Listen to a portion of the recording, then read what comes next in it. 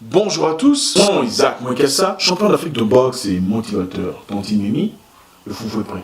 Juna! Ah mais tiens, on est en retard. On est en retard, il y a Tata Nayo. À Abidjan, vous mangez pas le foufou. Vous savez, à chaque fois que vous ferez un effort pour évoluer, pour avancer, vous attirez beaucoup d'amis. Je dirais plutôt des observateurs. Des gens viendront autour de vous. Peut-être des gens avec qui vous avez grandi, ou des gens avec qui vous avez travaillé. Mais ils ne viendront pas tous pour vous encourager. Ils ne viendront pas tous dans la positivité. Voyez-vous, tout le monde ne sera pas content de vous voir avancer, de vous voir progresser, de vous voir faire des choses extraordinaires. Aussitôt que vous déciderez d'avancer, aussitôt que vous déciderez d'appliquer les méthodes folles, aussitôt que vous déciderez de vivre une vie saine, différente de celle de beaucoup de personnes, le monde se lèvera contre vous. Dès que vous devenez manager, ils disent ah c'est lui le manager. Oui, mais qu'est-ce qu'il va nous apprendre? Non, on le connaît depuis qu'il est petit. D'ailleurs, moi je suis l'ami de son grand frère. Quand vous commencerez à monter, ils viendront près de vous.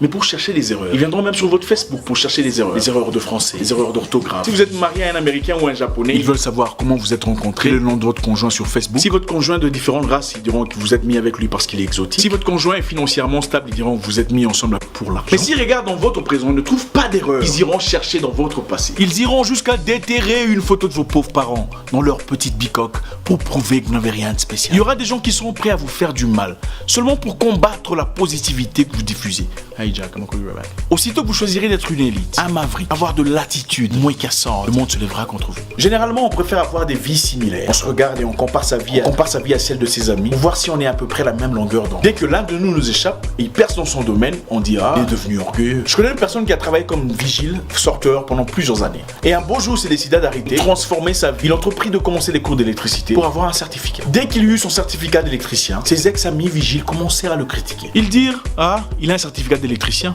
Ok. Qui trouve aussi le boulot pour qu'on voie.